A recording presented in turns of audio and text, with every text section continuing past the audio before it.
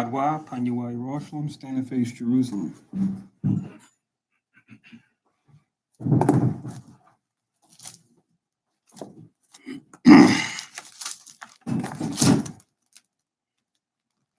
Blessing of the new moon.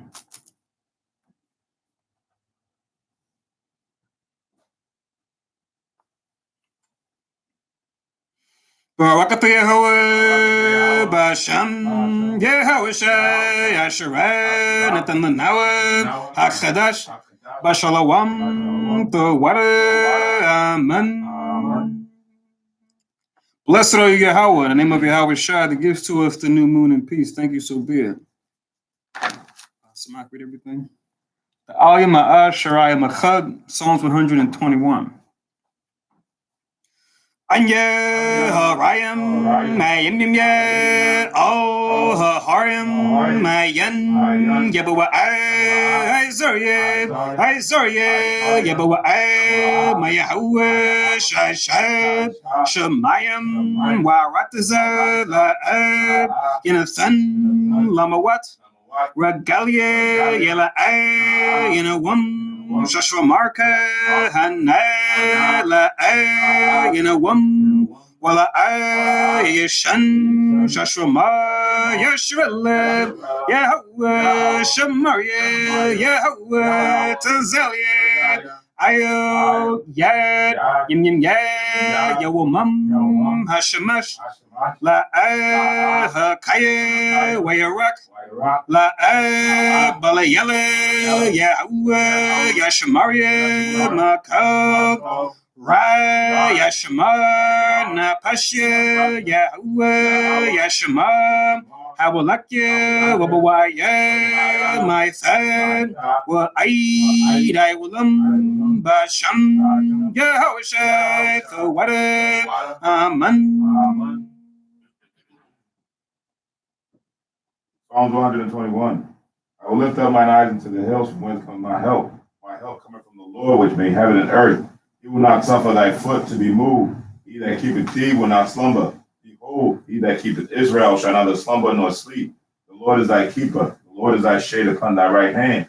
The sun shall not smite thee by day, nor the moon by night. The Lord shall preserve thee from all evil. He shall preserve thy soul. The Lord shall preserve thy going out and thy coming in from this time forth and even forevermore. Amen. Shemaiah Sharala, hero of Israel. Shemaiah Sharala, Yahweh, Elohim, Yahweh, Echad. Shemaiah Sharala, Yahweh, Elohim, Yahweh, Echad. Shemaiah Sharala, Yahweh, Elohim, Yahweh, Echad. Deuteronomy 6:4, Hear, O Israel, the Lord our God is one Lord. Amen. Amen. Thapolah Yahweh, the Lord's Prayer. Abinawa Shabbat Shemayim Kodash Hayya Shanka Yahweh Malakwat Kad Taba'a Ratazawanka Hayya Aisha Barataza Kabashemayim Natalanawa Lacham Yawam Zad Wasalaknawa Kabawat Nawa Kasalak Nawa Kabawat Yanawa Wala Abiyar Nawa Oh Nasayawan Abo Hawashinawa Marai Kaya Laka Hamalakwat Wa ala wa Thaparat Wa Wulam Aman. Matthew 6:9. After this manner, therefore, pray ye, Our Father which art in heaven, hallowed be thy name, thy kingdom come, thy will be done on earth as it is in heaven. Give us this day our daily bread, and forgive us our debts, as we forgive our debtors.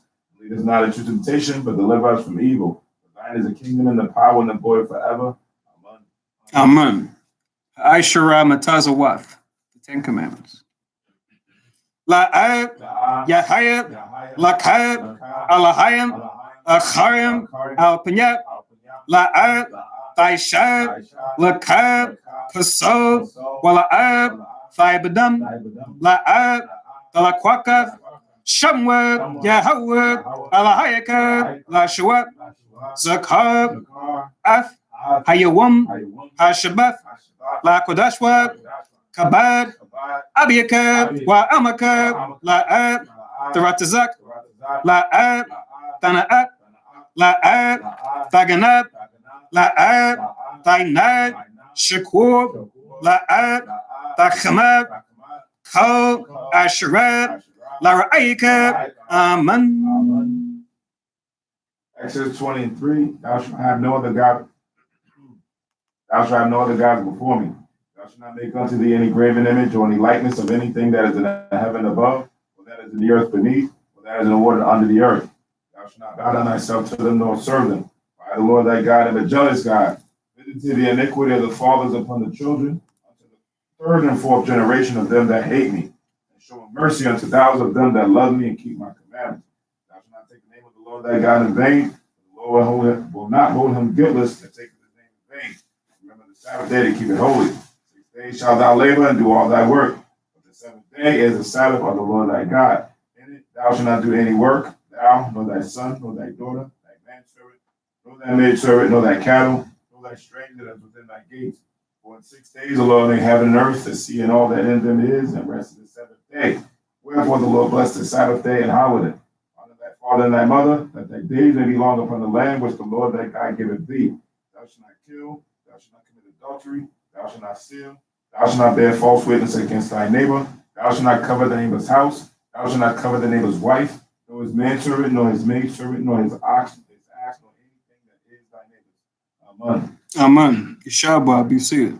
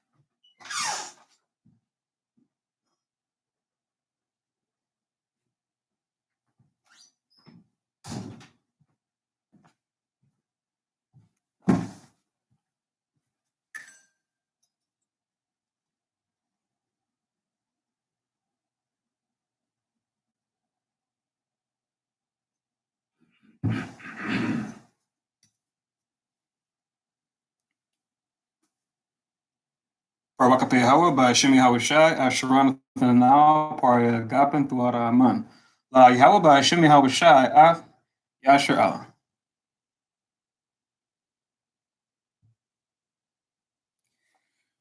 English translation. Blessed are you, Yahweh, in the name of Yahweh Shai, that gives to us the fruit of the vine. Thank you, so be it. To Yahweh, in the name of Yahweh Shai, with Israel.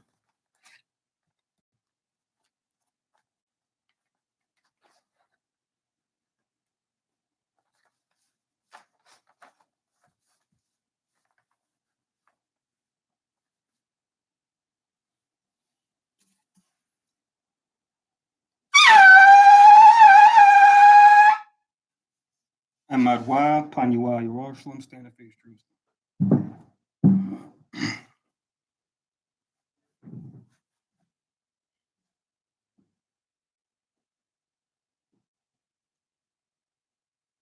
Barakapeh Hawa, Haggadah, Rakawam, Abiyah, Wanawa'ab, Aliyawam, Malak, Shal, Shamayim, Waratazab, Wakal, Dabariam, Chayayam, Wagam, Hamashiach, Mayahawa, Arawanawa, Ahabnawa, Hapalat, Yawaitazab, Yahawashai, Zakarnawa, Yahawa, Baratazawan, Aimka, Yasher Allah, Izarnawa, Banat, Wasap, Yasher Allah, O Nanawa, Yam Yan, Aipad, Kayawamyam, Makodam, Babakushab, Shalak, Micah Allah, Watazawadak, Allahayam, La Maganawa, Rabharnawa, Washama, Elnawa, Baikur, Shalak, Haroka, Shal, Yahweh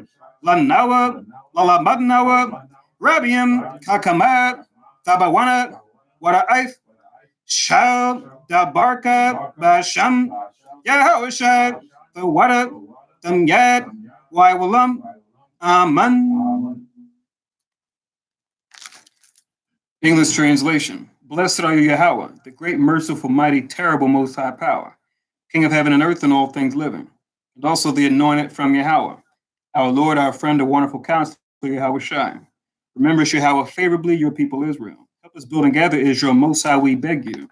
Right now, like the days of old, please send Michael and the righteous powers to protect us, heal us, and watch over us. Mainly send the spirit of Yahweh Shai to us to teach us much wisdom, knowledge, and understanding of thy word. In the name of Yahweh Shai, thank you, always and forever, so be it. Repeat the Hebrew only. Blessed are you, Yahweh, in the name of Yahweh Shai that gives to us the law. Barakatah Yahweh, Ba'ashem Yahweh Shai, Asherat, Natan Lanawa, Hatawarat. Blessed are you, Yahweh, in the name of Yahweh Shai that gives to us light to see. Barakatah Yahweh, Ba'ashem Yahweh Shai, Asherat, Natan Lanawa, Awar, Lara Awath. Blessed are you, Yahweh, in the name of Yahweh Shai that gives to us the ram's horn to call the people. Barakatah Yahweh, Ba'ashem Yahweh Shai, Asherat, Natan Lanawa, Quran, Ha'ayod, La Korab, Ha'ain, Yeshabua, be seated.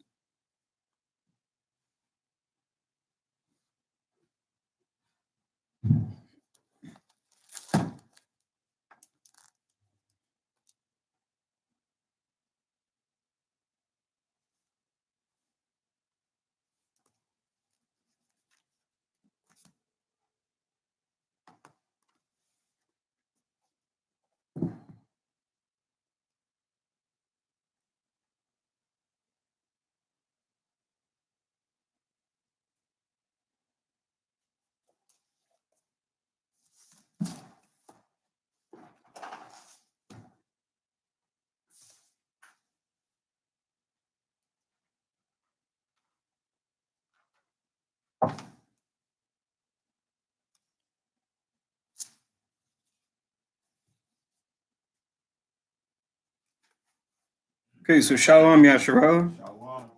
Shalom everybody here in the Philly School. Shalom everybody watching us on live stream, and shalom everyone listening in on teleconference. Welcome to Hayashar Kanas, or the Congregation of Israel, where we teach that the so-called descendants of slaves and also the so-called indigenous peoples found throughout North, Central, South America, and the Caribbean mainly make up the 12 tribes of Israel, once lost and now found.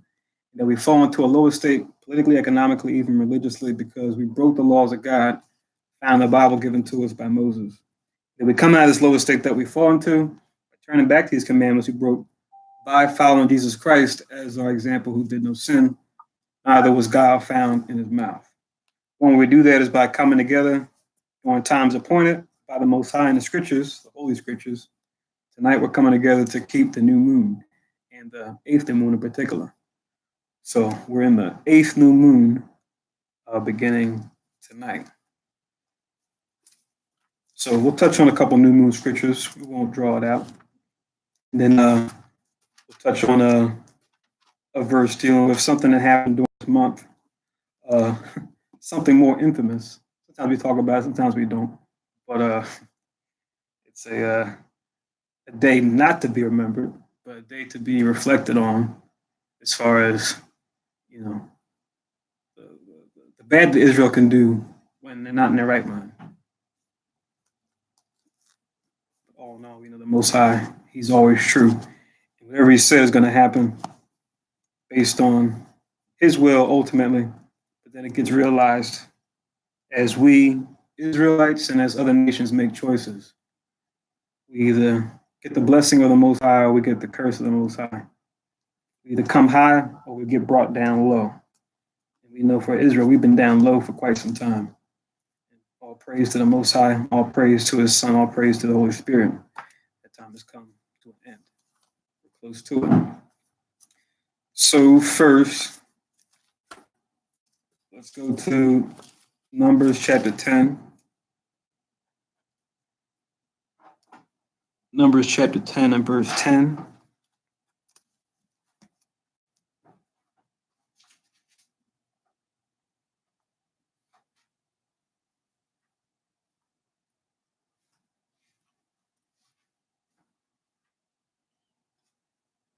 Just say "come" once you have it. So Numbers chapter 10 and verse 10, it reads,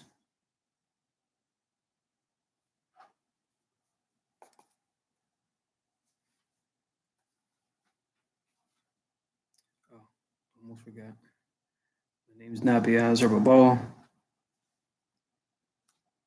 Also for your records, write down, according to the Gregorian calendar, 10/27,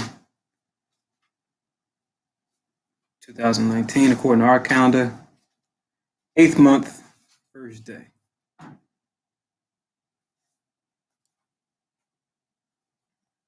it's Chadash, which just means new moon. So Numbers chapter 10 and verse 10, it reads, also in the day of your gladness and your solemn days, in the beginnings of your months, that's where we're at right now, the beginning of the month, you shall blow with the trumpets over your burnt offerings and over the sacrifices of your peace offerings. They may be to you for a memorial before your God. I am the Lord, your God. So it's supposed to be a time we came together and did different offerings. Christ being the ultimate sacrifice, we wouldn't do the sacrifice of the peace offerings and burnt offerings, but we'll reinstitute that going forward in the kingdom. Now, ever since Christ made the sacrifice of his body for our sakes, we go through him. But we still come together for the new moon. As it's said here, and as it's said in other places. In a famous verse we always go to show, when we kept it, our forefathers keeping it, go to 1 Samuel. 1 Samuel chapter 20.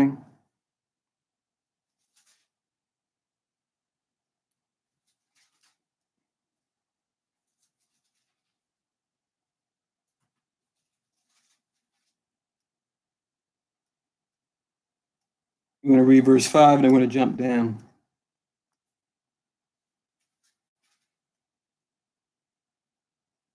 So 1 Samuel chapter 20 and verse 5 first. Just say "come" once you have it. So 1 Samuel chapter 20 and verse 5 reads, and David said unto Jonathan, behold, tomorrow is the new moon, and I should not fail to sit with the king at meat. Let me go that I might hide myself in the field until the 3rd day at evening. So David's talking to Jonathan, who was Saul's son, Saul being the king at that time. He said, tomorrow is the new moon. So whenever they were at, whatever time of year they were in, it was the day before a particular new moon. It doesn't say which one. Let's just know that a new moon was coming in.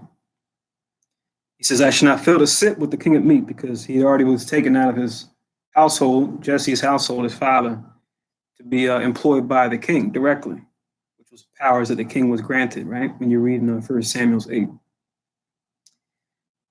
So he said, I should not fail to sit with the king at meat, because he would usually sit down with them.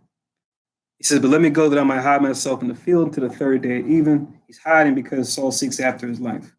You read in this chapter and previous and ones coming after, you see the Most High trouble Saul with an evil spirit and had him have evil towards David, where he tried to kill him without a cause. Murder. 1 Samuel 20, jump down to 24.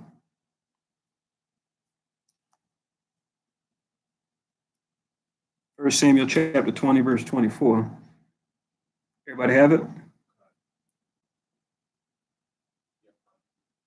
And it reads, so David hid himself in the field, just like he told Jonathan. And when the new moon was come, the king sat him down to eat meat.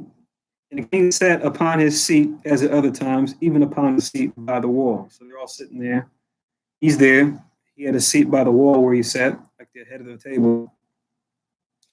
And Jonathan arose, so Jonathan was there. It says, and Abner sat by Saul's side, so Abner, his general, was there, his captain of the host. And David's place was empty. So remember, Jonathan knows, but he doesn't. So what does he think?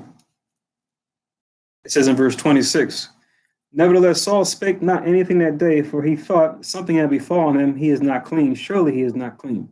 So he figured there's got to be some reason why he's not coming together for the holy day. He must be unclean for one reason or another, right? We know we become unclean by all different means, right?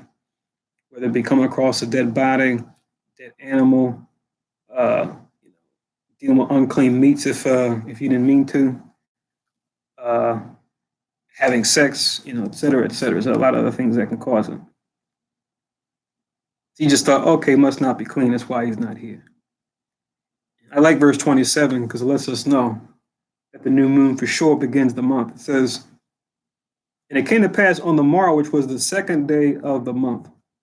So right here is letting you know the morrow after the new moon was the second day of the month, which means that the new moon has to be the first day of the month. And the first day of the month being when the moon is new, meaning when you look outside, it doesn't shine forth any light. You might be able to see its silhouette, but it doesn't shine forth any of its light at this time. It says, once again, and it came to pass on the morrow, which was the second day of the month, that David's place was empty. And Saul said unto Jonathan his son, wherefore cometh not the son of Jesse to meet, neither yesterday nor today? So now Saul's asking some questions, right? What's going on? 2 days have gone by, and he would normally sit down with us, not just for the holy day. How come he's not here? Right? Maybe Jonathan knows, since him and my son Jonathan are close. Read on, it goes into what happens next. But from here, let's jump to Isaiah, just to show that not only do we keep it in the past, but we're supposed to always keep it, and it's going to be something that's going to be kept in the future too, along with the other high holy days, as opposed to now where we have these days set up to celebrate idolatry and falsehood.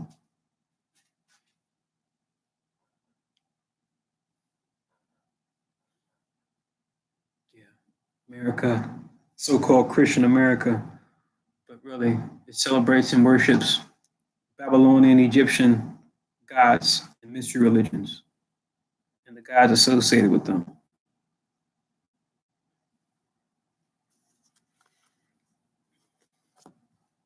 So Isaiah chapter 66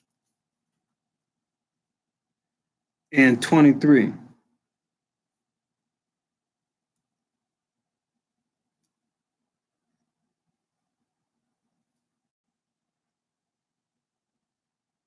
So just say comment you have it. So Isaiah 66 and 23 reads, so this is going into the future. Even though Isaiah wrote this years ago, this is still something that hasn't happened. When we read it, we'll see that. It says, it shall come to pass that from one new moon to another, which is what we're keeping tonight, and from one Sabbath to another, which will be kept, 2 days ago, shall all flesh come to worship before me, saith the Lord. See that? There's going to come a time when what? All flesh shall come to worship before the Lord, acknowledging and knowing that the Sabbath days come in, the new moon has come in. That's not going to happen until Israel's empowered to be the nation through the power of the Most High in Christ to enforce the law in the earth. As we see in other prophecies, even going back to the beginning of Isaiah, 2nd chapter, it tells you that all the nations are going to come to Israel to learn of the commandments of God and to learn of our God, what he's about, which shows us very clearly that the nation that's in power now in Israel can't be the real Jews, right? Because they're not pushing the law down there. If anything, they're pushing the things that go against the law, whether it be gay parades, right? Child slavery, prostitution, right? Promoting of dealing with unclean meats, et cetera, and so forth. There's all types of foul things going on in the Holy Land right now. Because the people that are there, that are fighting for the land, neither one of them belong. All this is supposed to be a sign unto us, to show us, yeah, we're the ones that belong there. Like I said, so-called descendants of slaves and so-called indigenous peoples found throughout the Americas mainly, right? We're the ones that belong there, but we were removed because while we were there, we didn't want to follow the Most High's law. The Most High said, I'm going to kick you out. When I put you on timeout, since you're like my child, my son, I'm going to have these nations come and take you over, oppress you, force their language on you, their custom on you, and have them take you far away. So that's what we're dealing with now. That's why we're so far away from home. But all blessing be to the Most High, His Son, and the Holy Spirit, that we have a chance to what? Repent from our wickedness, even though we're far away from home, and come back to Him first here in our spirit, and then finally physically when Christ makes the second coming. But right now, we're all about what? Getting our spirit right, so we can be considered worthy to be a part of that number, to be a part of those saints. And also, based on that scripture, you say that we all will be, we definitely, Israel will be aware of the Most High's calendar as well as the other nations, the official calendar. Mm-hmm. Absolutely. So offset what the prophet Daniel said, right? About the fourth beast, the beast that we're in now, that they shall think to change times and laws, right? Remember that? So they're going to think to change times and laws, but now we'll get to bring them back to what they should be. And we read it before, but you can just write down Daniel chapter 7.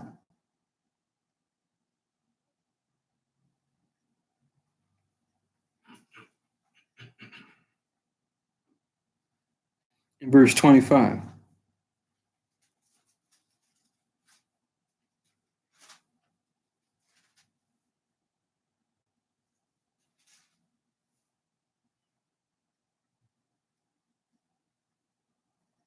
So Daniel chapter 7, verse 25, to say Khan.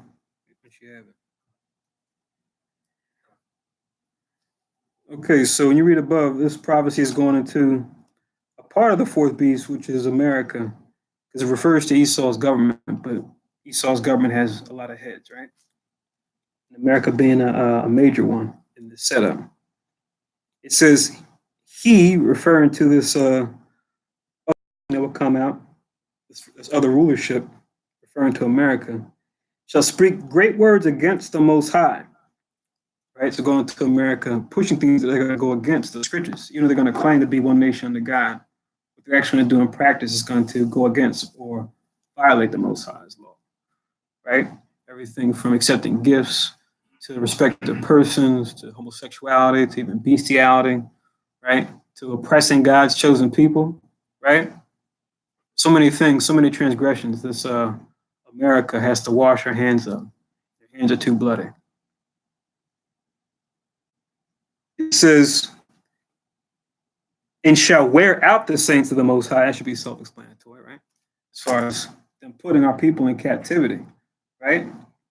Different forms of oppression as we try to resist it and come out of it and take power into ourselves. They then change the game to make sure that we what? Stay under their heel. All this being what? A promise the Most High made us, unless we came back to Him. But here's the key. And think to change times and laws. That's where they what? Say instead of the sundown being when the day begins, let's make it 12 midnight. Think to change times, right?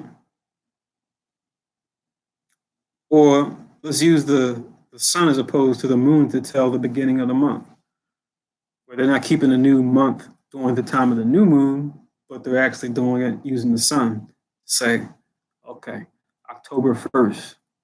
That'll be when the new month comes in. It's funny because they even moved when the new year was supposed to be, because even under the Romans, they had it during the springtime, which is according to how we did it in the Hebrew calendar. Now they've moved it up to January, and now you got the numbers of the months totally off to where, what is it? They say October, right? Which oct means 8, and it's the 10th month. So it's like, how does that add up, right? Why is it the 10th month, but we call it October? Because, like I said, when you go back to the Romans, they actually had it as the time of the 8th month. So at least they're heading in the right ballpark. But now it's like everything, like I said, not only do they use the sun to tell when the month begins, but then they also change when the new year comes in, which like throws the whole calendar up like between 2 and 3 months. So think to change times and laws, that's the evidence. Then it says, and they shall be given into his hand until a time and times and dividing a time, which we've gone to this before. We'll go into it again for those who need the breakdown. They call it the 3.5. The time is 1, times is 2, and then a half is 1/2. So you add it together, 1 plus 2 plus a half, 3.5. And 3.5 represents the time period that we will be here, like the scripture says, prophesying in sackcloth. We wouldn't know who we are. We have a semblance of who we were, but the truth about who we were wouldn't really come out until this time period will be over. So that's history now, but it was prophecy at this point. But now it's still prophetic, but it's in the past at this point. So it's the 1619, which they're talking about. They even hear them talking about that in the news as far as the first slaves brought to North America, not to the Americas, but to North America, happening in 1619, and them talking about the 400 years since that's happened. So it's talking about the 350 years. So it's from 1619 to 1969. So 1969 going into 1970, that was when the 3.5 years ended. So from the 70s up until now, that's when the truth started to come out. And it's a full form of where we see it now, as far as acknowledging that, the blacks in this country are actually the Hebrews. And then from there, establishing different tribes. Okay, the tribes of Judah. You got the different tribes in the Caribbean, different tribes in the other Americas.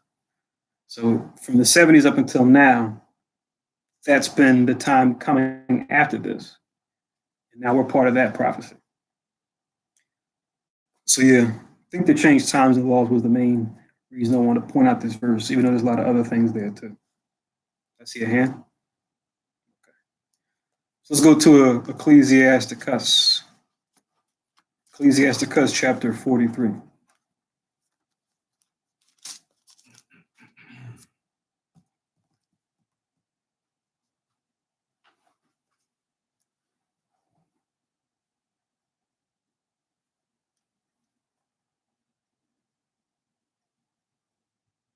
Ecclesiasticus chapter 43. We'll start from 6. We'll read down to 8.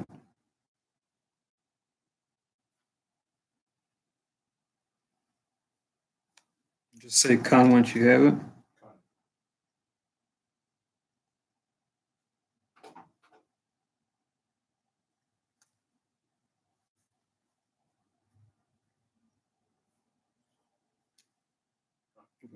So Ecclesiasticus chapter 43, verse 6.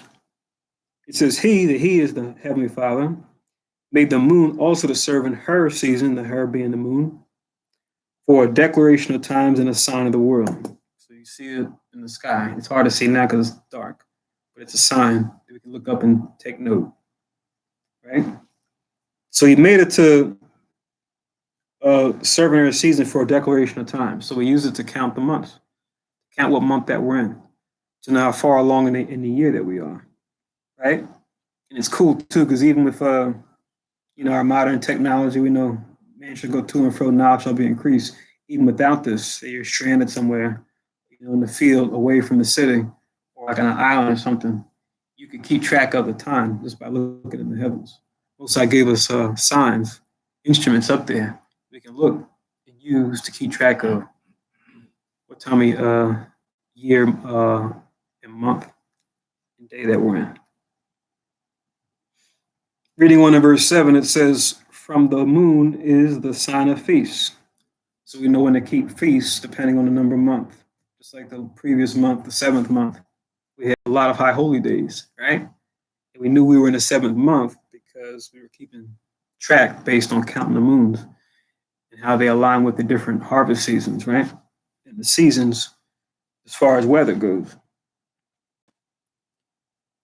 It says, a light that decreaseth in her perfection. So the Most High made her perfect to do her purposes.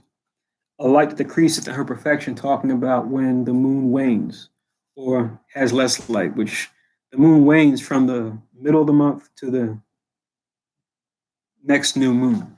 That's when the moon wanes. Because the middle of the month is when we have a full moon.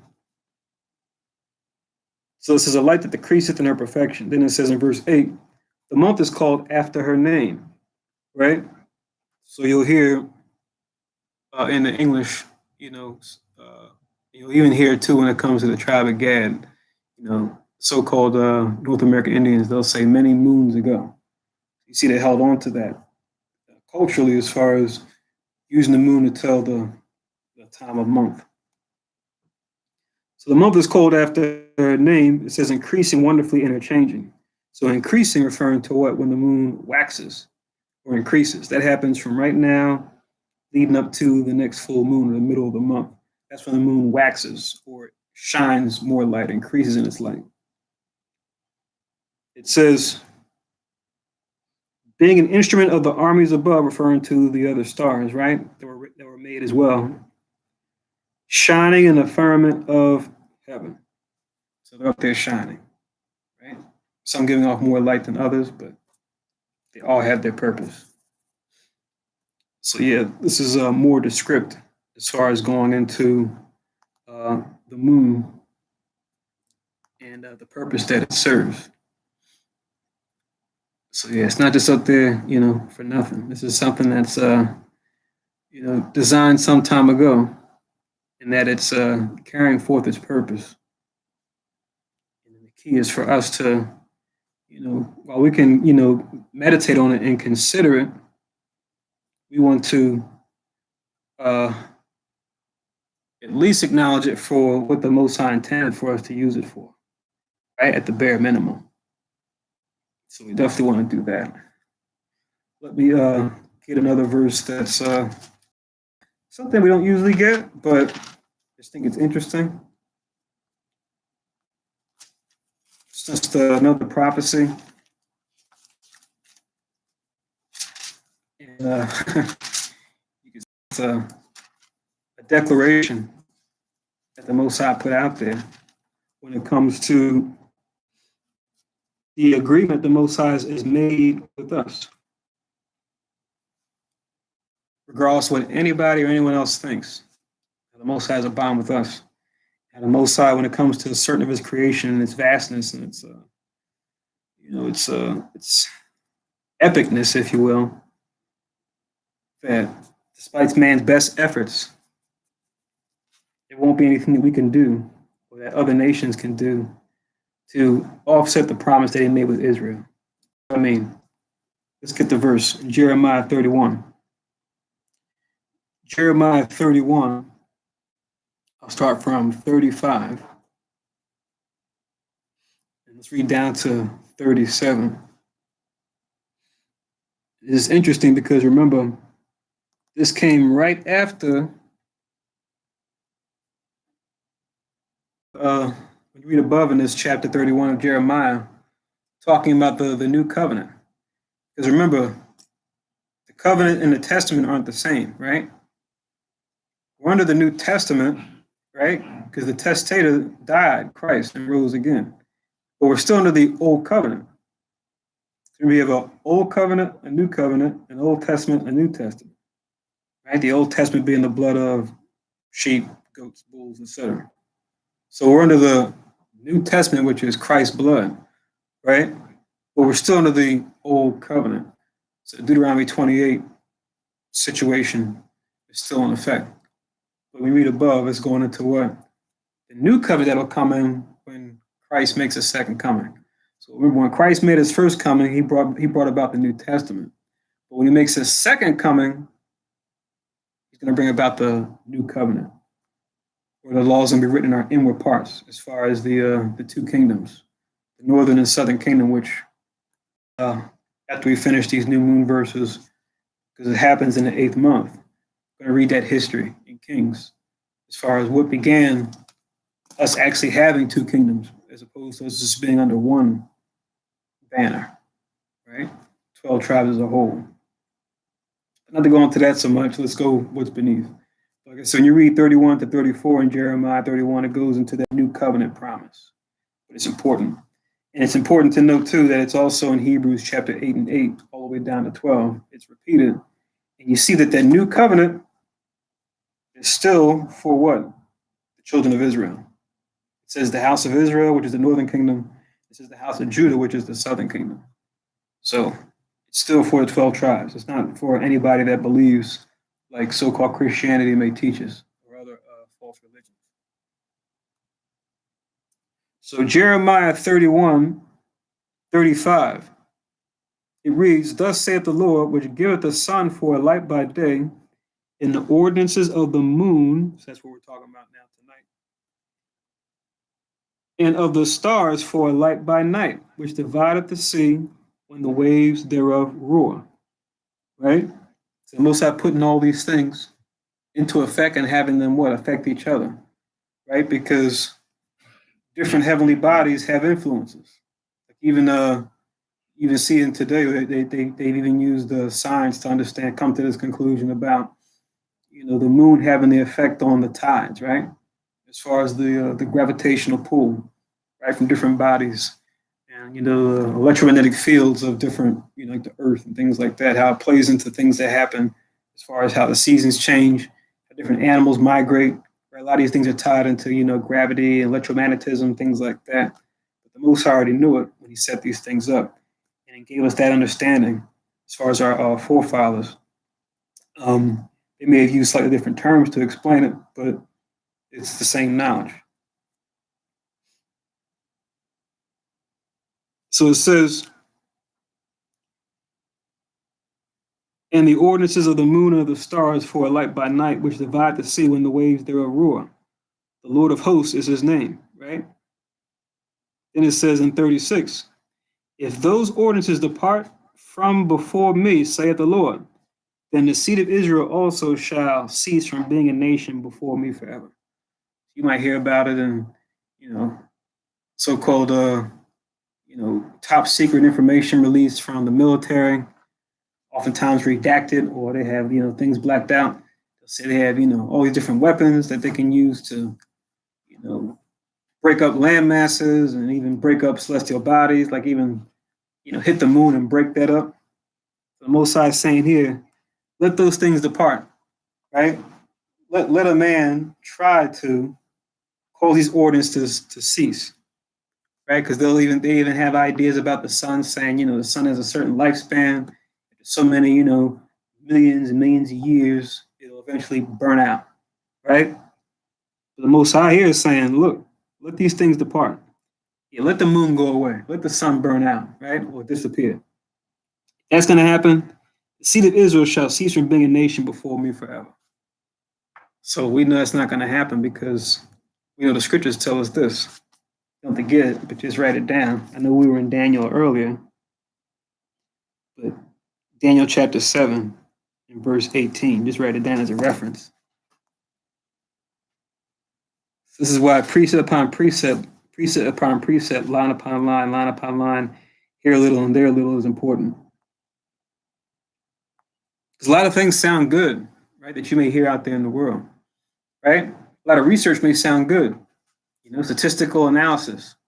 We always have to what? Question the data that we hear. Question news that we hear, right? Ask the key questions, the questions that you pretty much could, the key questions to ask pretty much in any language that you speak, right? These, of course, being, okay, you want to find out what is going on, like what they're talking about, but how and why is very important to ascertain when it comes to a lot of things that we may hear. So you want to listen circumspectly, right? Not as fools, but wise, because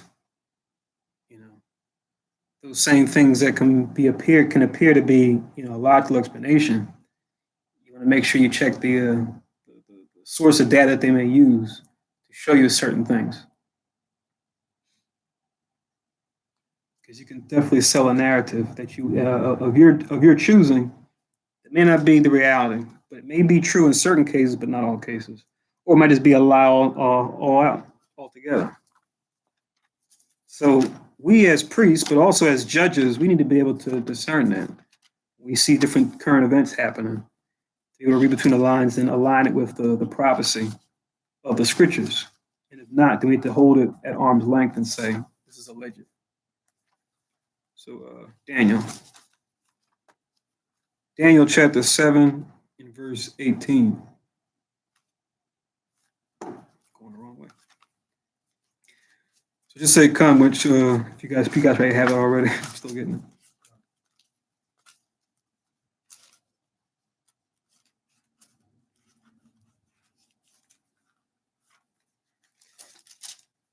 So Daniel chapter 7 and verse 18, it reads, "But the saints of the Most High shall take the kingdom," the saints referring to the children of Israel, you read other scriptures, "shall take the kingdom and possess the kingdom forever, even forever and ever." See that? So it's not putting a time frame and saying, oh, it's only going to be for a little while. No, it says forever. Right? Which means, man, if those things cease to exist, that means that this promise here is a lie. We got to cut it. Daniel, what he was saying, you got it wrong. They can't take it forever because if the sun stops, the moon stops, that's it. What about the Iranian who said he's gonna wipe Israel off the map? Good one. Right, we know the Most High talked about them. It's funny you mentioned them. Let's get an answer for that. Still, stay in Jeremiah 31.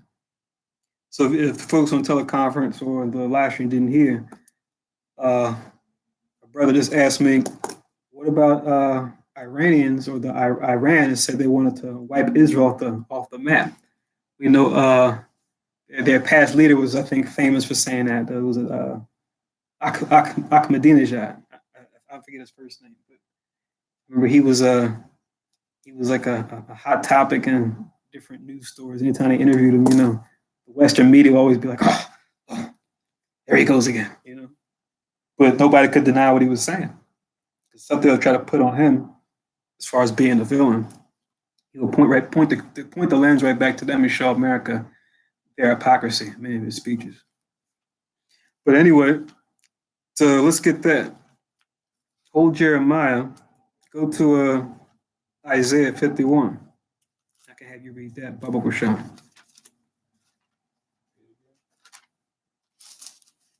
Jeremiah. Maybe I got it mixed up with Jeremiah 51.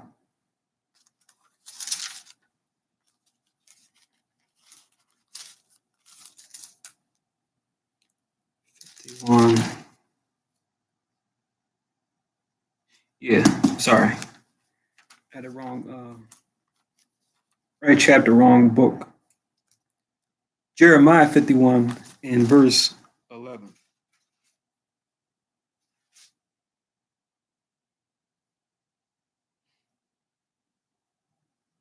I guess you have to get it, but Psalms 148:14, Psalms 50 and 5. In case you're wondering about who the saints are, you could use either one of those verses or both to show that the children of Israel are the saints. Let God be true, every man a liar, right?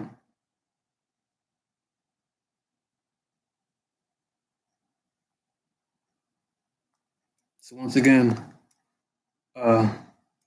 Psalms 148:14 and Psalms 50 and 5 to show who the saints are. A lot of folks try to argue who they think the saints are. But they're definitely talking about the children of Israel. So, Kahan, if you could read that, Baba Kushah, Jeremiah 51 and verse 11. Jeremiah 51, verse 11. Everybody has it, right?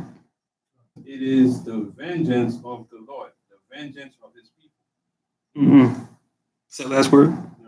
Because it is the vengeance of the Lord, the vengeance of his temple. Right. But what do they say? They say, you're not wrong. They do that little meme. Like they say, you say something, they say, you're not wrong. They won't say you're right, but they say, you're not wrong. Because the temple is his people. But it said temple. So it says, make bright the arrows, gather the shields. So weapons of war. The Lord Yahweh have raised up the spirit of the kings of the Medes. Today they call it Persia, Iran, right? But it's the same region that the Medo-Persian Empire was in. So when it talks about them raising up the spirit of the king of the Medes, it's talking about the modern prophecy. How they're going to use them as kind of like a thorn to help get the World War III going, right? His device being against Babylon to destroy it. Because him coming at Israel, right, is really him coming at Babylon, because the other nations know when it comes to the state of Israel that it's being funded by the West, namely United States and Great Britain especially, right? Who is of the seven, right? America being of the seven that go from the perdition, like it says in Revelation. So, yeah, those shots taken to Israel are really being taken at the funding that Israel stands on, as far as all the dollars they pour into that state, all the military help that they get, et cetera, et cetera. And the oppression of the Palestinian people, which always makes headlines. They show the maps of before in the 60s up until now, in the Arab Spring and all those different things, all those different events. You see, they show the territory of the Arabs, Ishmael, right? Palestinians versus the Israeli territory. And it's like every decade they show the map. It's like from then till now, Palestinian territory just gets smaller, smaller, smaller. Israeli territory gets bigger and bigger and bigger. But our hearts don't bleed for either one of them, because we know both of them are imposters. They need to stop their wickedness and acknowledge who the true children of Israel are and get out of there. But we're going to see if they're going to do that. So yeah. So you made that joke, but it's funny because the Most High has an answer even for that too. So let's go back to Jeremiah 31. I often made a joke about this section here because it said, I know you check out online, they go into, NASA. I notice NASA being, I don't know if it's like fashionable. Like, I notice a lot of Israel wearing like NASA gear, just, I don't know. But it's like, you're doing an internship? And it's just like, they're not doing an internship. You see Israel wearing like NASA hats, NASA shirts, NASA jackets. I'm not sure if it was like a new fad or anything, but you do a little research into NASA, what you'll find out is like they say there's two NASAs. They have the NASA that makes the news, the ones that sending probes out to Mars and stuff like that. And then they have the real NASA, which is like the underground NASA, which really isn't NASA, but they say it's mostly like Department of Defense funded. And they have like these black budget programs that do the real space exploration, are dealing with the real threat when it comes to the aliens, which we know. The Elohim are really the aliens. They're not outside at all. They were here before us. So if anything, we're the aliens, not them. But it's neither here nor there. But I bring that up because I often said, we used to joke about it and say, could this be the motivation behind some, Esau in high places, that had more knowledge, as far as a wicked motivation to try to measure the heavens to see if they could then cancel out the covenant with Israel, because they send out different probes, and certain ones they sent out years ago, and they're sending out new ones, and they keep going, and then every time in the news they'll say, oh yeah, such and such probe just passed Jupiter, such and such probe just passed Saturn, such and such probe just passed Uranus, et cetera, et cetera, et cetera, right? So they say, wow, you're trying to, measure the heavens, which we know it's like, even Esau will tell you, we don't know what exists beyond, our galaxy, the Milky Way and the Oort cloud, and we see star constellations out there, but as far as what to expect when you go further out, we don't know, because anything can happen to those probes as they get, far away in the space, right? To where it's like, all those travels, then, it gets hit by a meteor or something, or it gets frozen or something like that. Some even say with the front page NASA, not the underground NASA, that, a lot of those things are a farce. They're just made up. But, some of the evidence they bring out does sound somewhat substantial, but it's hard to prove. So we always try to only deal with the things we can absolutely prove, but it's just something to consider. But anyway, verse 37, that's the reason why I mentioned that. It says, Jeremiah 31:37, thus saith Yahweh, if heaven above can be measured and the foundations of the earth searched out beneath, I will also cast off all the seed of Israel for all that they have done, saith Yahweh. So not only if the sun stops, if the moon stops doing what it does, like it has every month, the Most High said, I'll cut off Israel from being my people. He also said, you can go all the way down to the center of the earth, measure it, right? Or go all the way out into the heavens and measure the whole thing. I'll cut off Israel. So it's like, could there be a wicked motivation by some within the NASA organization? Because, most of these government stuff, a lot of people that work there, they don't know about what's really going on. It's just a handful that are the ones that are trying to, pull strings to, take us into a police state, et cetera, et cetera. But I just think it's interesting, the Most High putting this in the scriptures. And it's like, yeah, they'll just tell us, oh, it's all about the final frontier, space, right? Star Trek. We just want to know what's out there. And could there also be a motivation to see if we can measure the fullness of the heavens? As part of our grand plan to take over on different fronts. We just read in the kingdom from one new one to another, and from one Exactly. all flesh come to worship. So that's coincide that would never go away. So that's also show you that it's the Most High just put it there. Right. And the saints of the Most High shall take the kingdom and possess it forever, even forever and ever. You have to cancel out both those verses, right? If this were ever achieved. It's almost like the Raiders of the Lost Ark, right? When they claim that they found the Ark, this group or that group. Same thing here. If anyone comes out, some scientific study organization, some government military organization comes out and says, oh yes, we've reached the end of the universe. We found the end. We know how big it is now. We can look at that and go, or yes, we've actually gotten down to the center. I know they've gotten pretty low, but as far as getting all the way to the center and find the foundation of the earth, true bottom. They made little fantasy stories about it, journey to the center of the earth, where it's like this world within a world. They claim that they find that. We have to read this and go, hold on. If you actually did, that means that our effort is for nothing. There's no point in going out there and sealing the 1/3 then. That's the case. So yeah, mission impossible for man, right? To achieve these things. Or for these things to actually happen. So yeah, it really makes one really have to wonder, why do they say that the sun's going to burn out eventually? Where did they get that from? Or where did they get this idea that, we could shoot a missile at the moon and break it up, right? You see that in certain science fiction movies. I think it was the H.G. Wells Time Machine. They had like this alternate future where they kind of did it with CGI, but it went in the sky. You see the moon is like broken up into pieces, and it's not like rotating anymore. After some war that happened. So it's like stuff like that. That would never happen, even though you might see it on TV and go, oh, wow. Okay. Yeah, we could blow up the moon,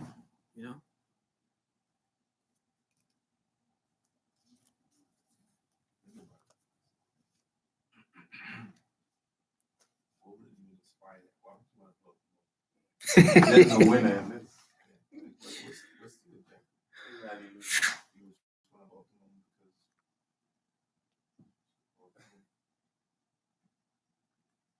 Target practice is there, so let me just shoot it. Yeah, man. It's like Esau. He's just like a little kid with just big toys. When he was young, he broke his toys. Now he's big. Now he's got big toys. He joins the military. Now he's got big toys. He's playing the same games, destroying stuff. Or it could be inspiration for those that believe in his kingdom shall go forever. If there's a time when they feel like they're not gonna win, somebody else gonna take over, they blow up everything. So we all lose. That's right. That's why that was the joke I was saying. We would read that and go, One of this is like motivation for some of them, Right. who are more in the know. Your so-called Sector 7. They had that group, and that was that Transformers movie called Sector 7. They were like, we're above top secret. We know more than, the Black Ops group. Those little handful of guys in the black suits. They can see something like this and go, See okay. the Israelite out there saying they're gonna take the king and say, yeah, who are dead body? We'll blow up everything. Right. Yes. I mean, they've been given at least enough motivation to think that they can fight with Most High, or fight with Christ and his army. They can actually destroy angels. So I should tell you something. Like, if we gain the knowledge that the fallen angels have, then we can actually wage war with the Most High. Wage war with his son if he tries to come back, or when he tries to come back. Not realizing that those unclean spirits you might be getting information from, they're lying spirits. They're lying to you about what actually happened. And if you guys really think that your leader is Lucifer, right? As far as these Illuminati guys or guys like them, how disrespectful for your own leader to not even tell you what his actual name is. And that Lucifer is talking about you, not talking about him. How could y'all miss something as big as that? That's why I said, you guys are ice skating uphill for real. You guys are fighting a losing battle. You don't have a shot. The con game, is a big con game, and you're the mark. But let's go to, before it gets too late, let's go to this infamous event that happened in the 8th month. Go to 1 Kings. 1 Kings chapter 12. I'll just read the last part, the last section, not the whole thing, but just the last section. Definitely feel free to read the whole section if you want. Kings and Chronicles are always interesting read. Every time I go through them, I see something I didn't see before. And I'll see like kind of like echoes of the past, like things that certain people, certain tribes did before. You might see something kind of come back around again in this time that they might have done in past time. It's kind of interesting. Other nations too that we had dealings with, whether we were warring with them or even making deals with them, making trade deals. So 1 Kings chapter 12, and let's start from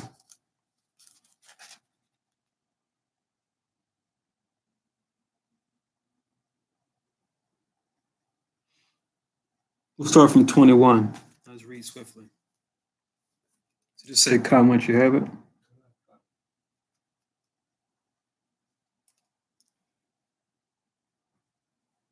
Jeremiah 51:11. Forgot to write that. 1 Kings 12:21. So it reads, now when Rehoboam was come to Jerusalem, Rehoboam is the son of Solomon, right? He's the next king. But there's a little bit of turmoil going on, as the Most High told Solomon, because of when Solomon got older, he was deceived by his strange wives to build idols. The Most High said, "Thou shalt no other gods before me." So he broke that first of the 10 Commandments. And the Most High told him, "The kingdom shall be taken from you, but your son Rehoboam, he shall take a part of it. But when at the rest go," I'm kind of paraphrasing, but pretty much he's going to say that the kingdom's going to be renting too. And they had like a symbolic gesture as prophets undergo sometimes, where they actually do something and it actually means something. Where I think he grabbed him and his garment tore. And they were like, "What's this mean?" The prophet explained the gesture. He meant that 10 of the tribes are going to be ripped from you and going to be given to one of your servants, Jeroboam. Jeroboam was one of Solomon's princes. He came out of Ephraim.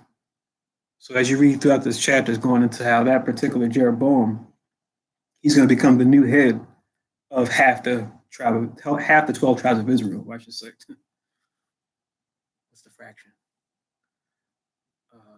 5, 6, 10 tribes, 5, 6, 10 out of 12, 5 out of 6. So he would have, what's that? I don't know how you do that in percentage, but 5, 6. He would take over the majority of the tribes. And then Rehoboam, Solomon's son, would take over the 2 tribes, technically 3, but 2, Judah, which was his tribe, and Benjamin, and then Levi, because Levi were the priests and they would function in the temple, which the temple was in the land of Benjamin. You look on the map. Let me read here. It's going to explain a good part of that. And then go into some of the things Jeroboam did too.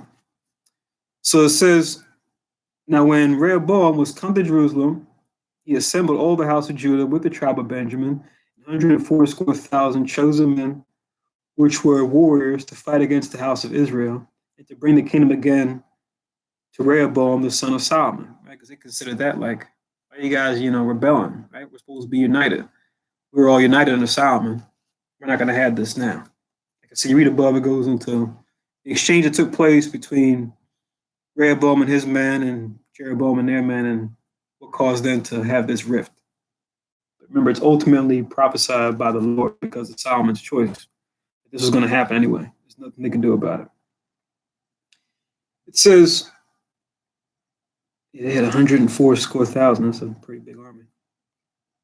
22, but the word of God came unto Shemaiah, the man of God, saying, speak unto Rehoboam, the son of Solomon, king of Judah, and unto all the house of Judah and Benjamin, to the remnant of the people, saying, thus saith the Lord, ye shall not go up nor fight against your brethren, the children of Israel. Return every man to his house. For this thing is from me. They hearken therefore to the word of the Lord and returned to depart according to the word of the Lord. So they took heed to what the prophet said from the Lord. The split, I'm the one that caused this split. You're not going to do this on your own terms and try to, bring them back into the fold. So you read above, it goes into why. You read the front of this chapter and the previous chapter, you find out why. It says in verse 25, then Jeroboam built Shechem in the Mount Ephraim and dwelt therein, and went out from thence and built Penuel. So it's going into him now, taking the cities that were in the north and establishing them, setting them up as like strongholds now for the northern tribes to come to, or the other 10 tribes besides Judah and Benjamin. It says, and Jeroboam said in his heart, now shall the kingdom return to the house of David.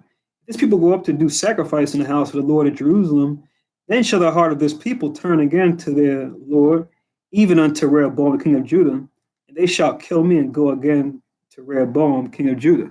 So Jeroboam has a legitimate concern here, right? If he's going to be ruling over the northern kingdom and the tribes that are set in the north, for them to do sacrifice, they got to go down into the south, go down into Jerusalem, which is inside of Benjamin's plot. You look in the map, Benjamin and Judah were in the south, right? As far as their inheritance. So he's thinking to himself, man, I'm going to go down there and do sacrifice, and then they're going to acknowledge the priests, and then when they acknowledge the priests, they're going to acknowledge the king, Rehoboam.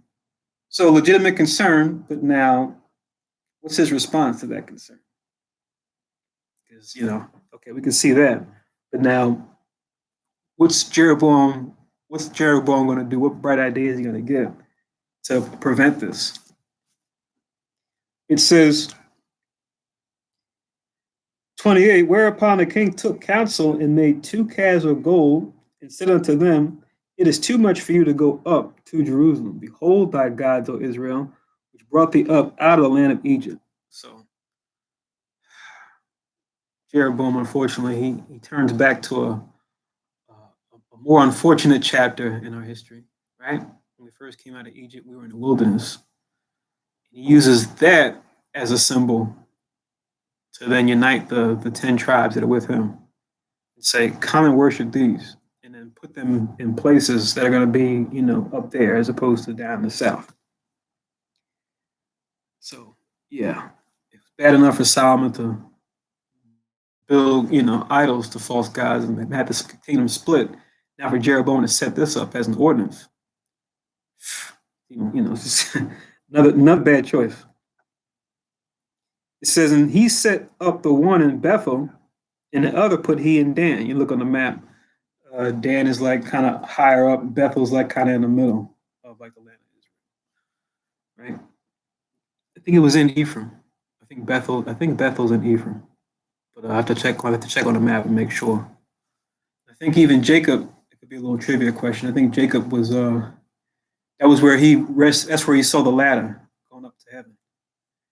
Before it was land of Israel. Obviously, it was still Canaan at that point. But it was that same place where he made the rocks and made a pillow, laid his head down, and I think it was in Genesis 28. He says he called the place Bethel. So I think it's the same Bethel. But anyway, let's read on. I'll read 30 now. It says, and this thing became a sin, for the people went to worship before the one, even unto Dan. And he made a house of high places, and made priests of the lowest of the people, which were not of the sons of Levi. So even take Levites to be priests. It's bad enough to have, the people worshiping idols. They're going to take the Most High's tribe and the family within that tribe to make as priests. So he took the priests of the lowest people. He made priests of the lowest people that weren't of the sons of Levi. It says, and Jeroboam ordained a feast in the 8th month on the 15th day of the month. That's why I said it's more of a infamous memorial, right? As far as it will be like when the full moon comes this month. That will be that same time, 8th month and the 15th day. I remember we got the wicked day coming up, All Hallows Eve, or they call Halloween. I remember one year, a couple years back, this day actually was the same day as Halloween one time. So I was like, I thought that was interesting, because you got Israel, all kind of Israel up here celebrating it, right? Into the movies and the costumes and all this. And you got Issachar, they got their own version of it, right? Day of the Dead. It's just like, okay. Right. Mm-hmm. Right. Yeah, it's crazy because this time is celebrated by a lot of different cultures, right? But it's dealing with the same idolatry, same mystery religion, right? But the rites they may do may be slightly different. But this is around the same time. Yeah, I think the in witchcraft they call it Samhain. It looks like Samhain, but it's pronounced Samhain. It's supposed to be like one of their high days, like how we have like Passover, or how we have like Tabernacles. It's one of their high holy days. But it's in the season. So it says, Jeroboam ordained a feast in the 8th month on the 15th day of the month, like unto the feast that is in Judah, and he offered upon the altar. So did he in Bethel, sacrificing unto the calves that he had made. And he placed in Bethel the priests of the high places which he had made. So he set up high places. No bueno. Not good.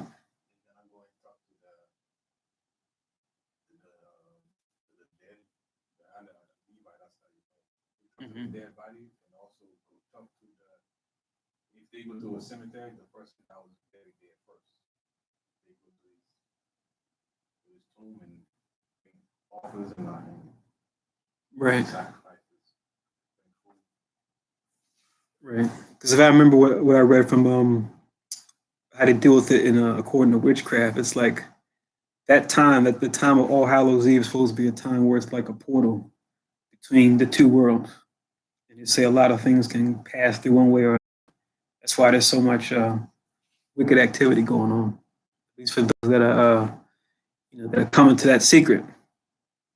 Like it says, come not into that secret, the occult.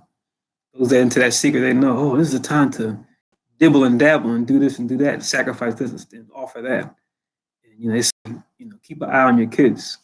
because they say the rite of Halloween is like has a history behind it that that's when kids go missing. Because these people that are practitioners of these things directly, they may try to use a small child or children as an offering or as a sacrifice to appease these dead spirits or these false idols or gods or what have you, depending on which culture you're talking about, even though it's around the same time frame. So yeah, mystery religion stuff. No good. Here we have it being set up. Of all things, damn. The golden calves? Come on. Of all things, and you would think some of the northern tribes would be like, that was bad, wasn't it? When we did that. Why are we going to watch for golden calf? Okay, I understand you don't want to go down to Jerusalem. Okay, I get that, but golden calves? Really? And then as you read out throughout the kings, it's like, at least with the Southern Kingdom, we were wicked too, but at least you had like kings that were like I always say when you read throughout the kings, you get to like the next king in line, and it'll say like who his mother was, and it'll say how old he was when he took the throne, and you get to that famous line, and he did that which was, and it's like you kind of got like this knot in your chest as you read it. You wait to see whether it says evil in the sight of the Lord or right in the sight of the Lord. And it's like when you get to it, it says he did that which was evil. It's like, oh, no. You already know what you're about to read. He set up high places, he set up groves, he offered children to the fire, and there's all other types of horrible stuff. And the Most High rose up this nation. They came in and kicked our butt, snatched us up. It's like it becomes like repetitive to where once you see that word evil, you're like, oh, I know what's coming next. I already know what's happening. I remember doing Day of Atonement, you read the prayer of Manasseh. And when you get to Manasseh, when he comes in Kings, he did that which was evil. And it says that because all the kings didn't pass their children through the fire. That was like, considered like a real bad move, but it said that he did. And I was like, so, pass your kids to the fire. So, remember that guy we used to watch on YouTube talking about Molech? We used to call him Imlach in another language. He was like, oh, they worship Imlach. Remember that guy? Talking about worshiping wealth or mammon. But that's supposed to be associated with the that idol, Molech. And you see different depictions of him. He's like a bull, where he's got his hands out like this, and there's like a fire pit under his hands. Sometimes you see him with like a cage, and it's a furnace inside of his stomach. And yeah, the kids go in there. And then the whole idea is, you offer something precious to you, so that you get some kind of blessing in return. Like you get your crops coming, or whatever you're trying to do as far as business. If you work in agriculture, that's supposed to be something to make sure that you have a strong harvest, or you're profitable, or you're prosperous. So that was the whole incentive behind that folly. And sadly, Esau, being a daughter of Babylon that he is, he's held on to that one. That's why they talk about it, even talked about it in the news, that Bohemian Grove out there, where they got an owl, but they call them the same thing, the Owl of Molech. So it's like, it's supposed to be, a Christian country. Why you got this owl over here? Why are all the people with all the money going out there to have these strange powwows? So yeah, America's finished, if you didn't know already. So let me read 32 again. It says, and Jeroboam ordained a feast in the 8th month, on the 15th day of the month, like unto the feast that is in Judah, and he offered upon the altar. So did he in Bethel, sacrificing unto the calves that he had made. And he placed in Bethel the priests of the high places which he had made. So he offered upon the altar which he had made in Bethel, 15th day of the 8th month, even in the month which he had devised of his own heart. So showing you right there, it wasn't of the Most High, in case you were wondering. And ordained a feast unto the children of Israel, and he offered upon the altar and burnt incense. So, strange offering, strange fire too.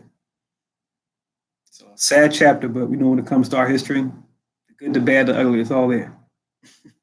We can't whitewash of history. You had the other nations, they try to do that. They try to always cast their history in a certain light, right? Even when it comes to the crimes of their past leaders. When it comes to us, it's all here. The good that we did and the evil that we did. Gotta face it. All right, I'll stop here. But I'll say, unless anyone has any other scriptures they want to touch on or bring in. Okay, so I'll just say, Shar Kadash, happy 8th new moon once again. Definitely try to enjoy the day. Try to stay in the spirit if you have to work. And Most High's will talk to everybody in the Tuesday class that's coming up, which is 2 nights from now. So yeah. So Most High's will talk to you guys again in the Tuesday class. So have a blessed feast. We'll try to have a blessed feast here. And we'll be talking to you soon. So Shalom and Layla Tawab. Good night. Shalom.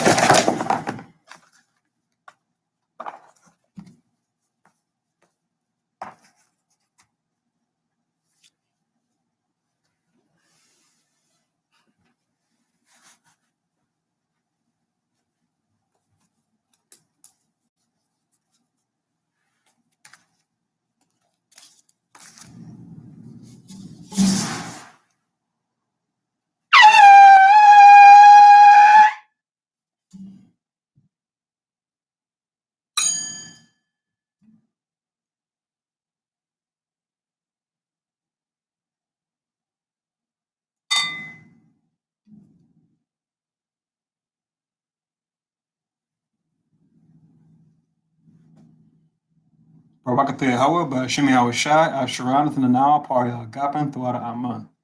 Yahweh, Ba'Shem Yahweh Shai, Yasher Allah.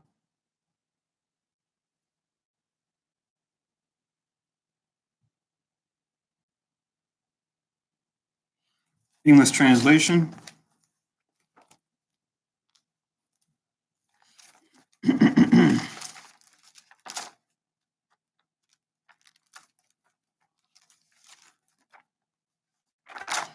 Blessed are Yahweh, in the name of Yahweh Shai, that gives to us the fruit of the vine. Thank you, so be it. To Yahweh, in the name of Yahweh Shai, with Israel.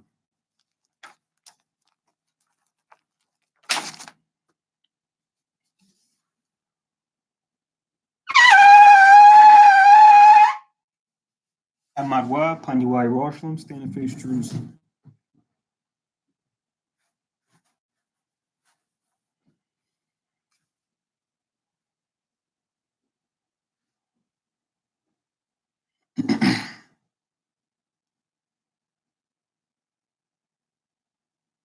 Yahweh Basham Yahweh Shai Babakushai Shemai Lanawe Aita Yemyen Aita Shalak Mike Allah Wala Allahayim Tazwadakim La Shemar Ayo Barak Rabha Magan Black Chaziak Banya Yash'ala Washalak Lanawa Rabium Kakamad Rabium Da'if Rabium Bayanad Rabium Sabalanwak Rabium Mamawan Rabium Aqua Rabium Mahabium Rabium Haganad Rachanaya Wasalak Katayanawa La Akim La Akiwak Wiash Aleph Yad Waiwalam Basham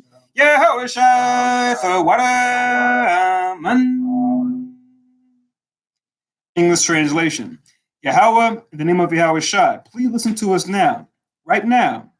Send Michael the righteous powers to watch over, bless, heal, protect, and make strong the children of Israel. And send to us much wisdom, much knowledge, much understanding, much patience, much faith, much brotherhood, much love, much spiritual protection. Forgive all our sins. For the brothers, sisters in Israel, always and forever. In the name of Yahweh Shai, thank you, so be it. Four Corners Prayer. Yahweh Basham, Yahweh Shai, Barak Nawab, Wayashala, Wabap Yasaparim, Shema, Yasharale, Yahweh, Elohai Naweh, Yahweh, Akher. English translation. Yahweh, in the name of Yahweh Shai, bless us in Israel in the house of books. And then we said, Hear, O Israel, the Lord our God is one Lord. Food.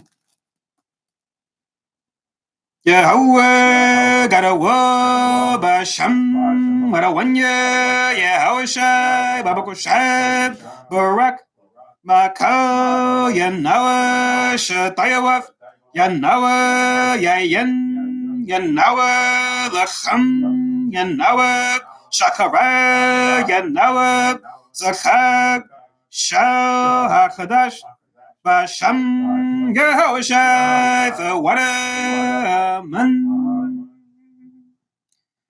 All right, Shakadash. Have a blessed night. We'll talk to you guys during Tuesday class. Enjoy the feast.